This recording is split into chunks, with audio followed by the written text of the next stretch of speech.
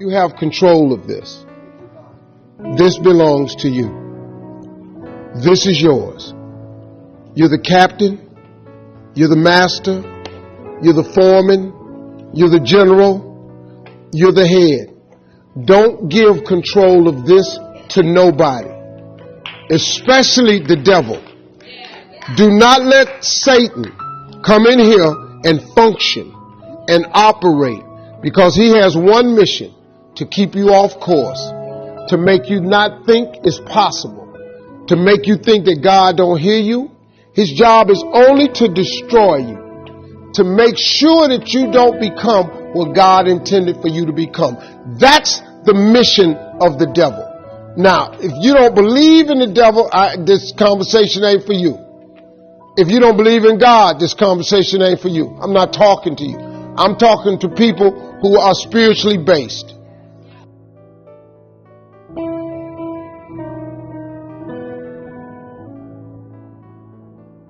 I've only read the book of Proverbs.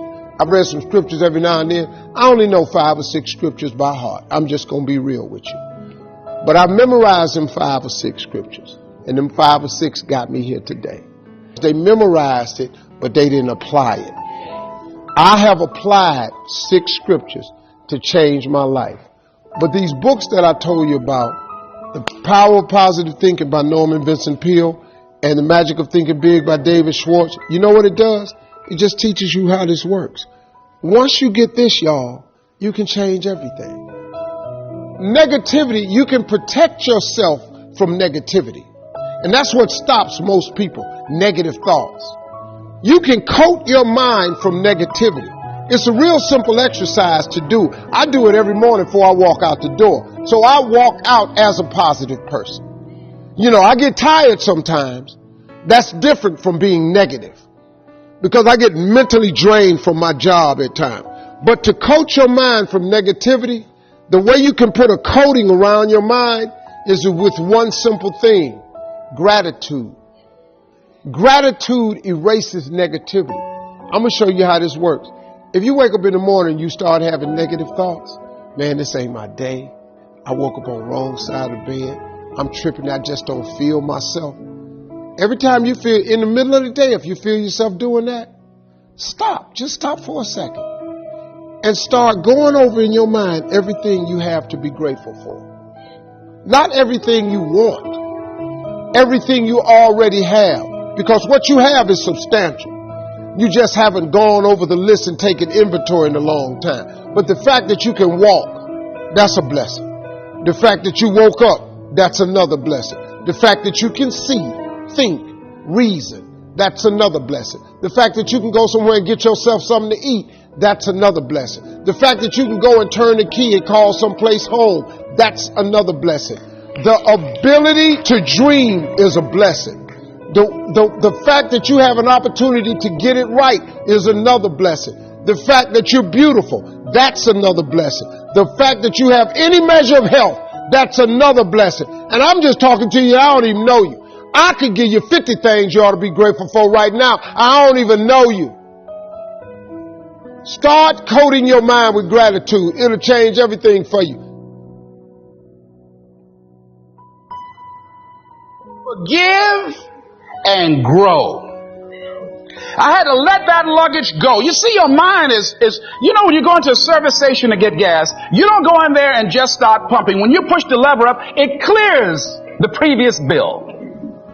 By the same token, if you want to begin to move, you've got to clear your mind of all the unnecessary luggage and baggage that's weighing us down. I couldn't move. I couldn't think about what am I going to do to get out of this situation, because I was so concerned about what happened and what he did to me and how bad it was.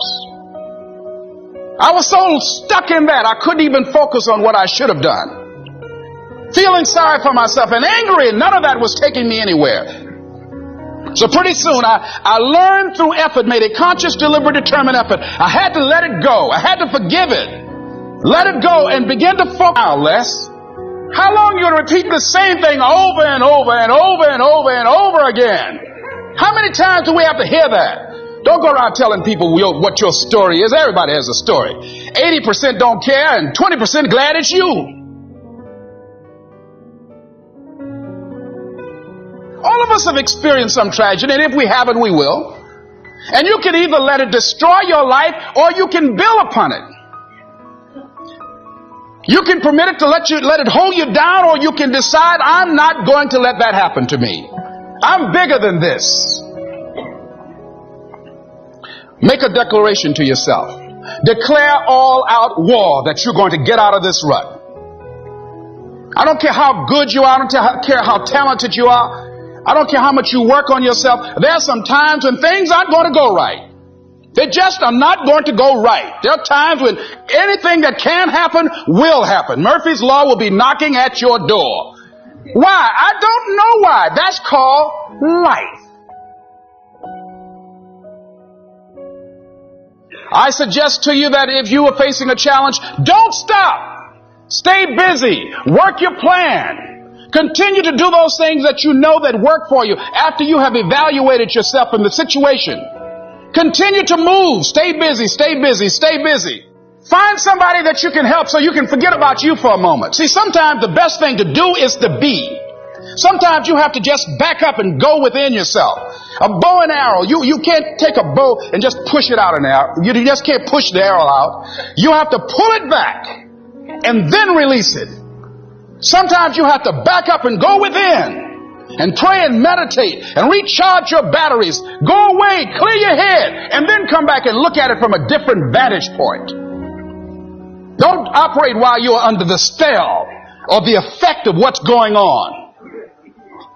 Next thing is that you've got to activate the thinker in you. Don't allow your emotions to control you. We are emotional, but you want to begin to discipline your emotion. If you don't discipline and contain your emotions, they will use you.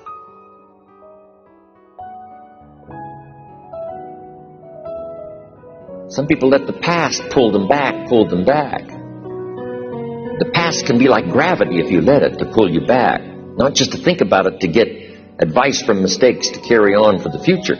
But some people live in the past. They live in the darkness of the past. They live in the mistakes of the past. They live in the discouragement of the past. They didn't make it, and that affects them for the rest of their life, living in the past. So we don't want the future, the past to pull us back, to live in the past. And all other kinds of things that affect us. It's going to affect us to some extent, but not to the extent that we should be affected by the future. So make this note. Dreams and goals can become magnets. And the stronger the goal, the higher the purpose, the more powerful the objective, the stronger this magnet is that pulls you that direction.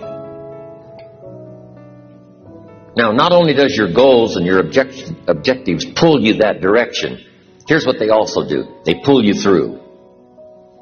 They pull you through all kinds of down days. They pull you through a difficult time. It'll pull you through some winter of your life. Some people get lost in the confusion of the day simply because their goal is not bright enough to pull them through. Faith is the ability to see things that don't yet exist. And that's how things exist. How did this hotel get here? Someone saw it while the property was vacant. You say, well, is it possible to see this hotel when it isn't here? And the answer is yes, of course. If somebody cannot see it when it is not here, then it will never be here. So it's possible to see things that don't yet exist. It's possible to finish something before you start. In fact, it would be a bit foolish to start until you had it finished. So human beings have this remarkable ability to finish something and then start it. So it's possible to see the end and then begin. So here's what we want to do in our goal-setting session, is to start looking into the future of what you would like to accomplish and where you would like to go, the person you would like to be, and see if you can't get a better picture of the finished objective. See yourself there. See yourself in possession of. Decide what you want and then act as if you already had it. Decide what you want and act as if it was already yours. Now, the reason we can act thinking that it's already ours is because not only can we vision the end results, we can also vision the beginning of making it real.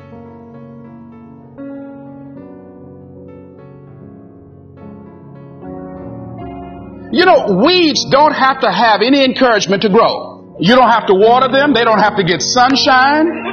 They don't have to have fertile ground. They will grow through the cracks of a sidewalk. But if you want to grow orchids or roses or any kind of exotic flowers, there are special processes and procedures you must go through. Well, by the same token, you don't have to force yourself or motivate yourself to think negatively, to be depressed, to hate somebody, to want revenge, to want to get back at somebody, to beat yourself up over the head, to feel loaded with guilt. You don't have to make any effort to do that. Your mind is on automatic. It will do that by itself. But if you want to begin to move into your own personal greatness, if you want to begin to really enjoy a happy, successful, healthy life, you've got to be willing to go against the tide. You've got to be willing to harness your will and say, in spite of this, I'm in control here. I'm not going to let this get me down. I'm not going to let this destroy me. I'm coming back. And I'll be stronger and better because of it. You have got to make a declaration that this is what you stand for. You're standing up for your dreams. You're standing up for peace of mind. You're standing up for health. You want it. And you're going to go all out to have it. It's not going to be easy. When you want to change, it's not easy. If it were in fact easy, everybody would do it. But if you're serious, you'll go all out. So yes, I'm going to turn this situation around. I'm not going to sit back and moan and cry over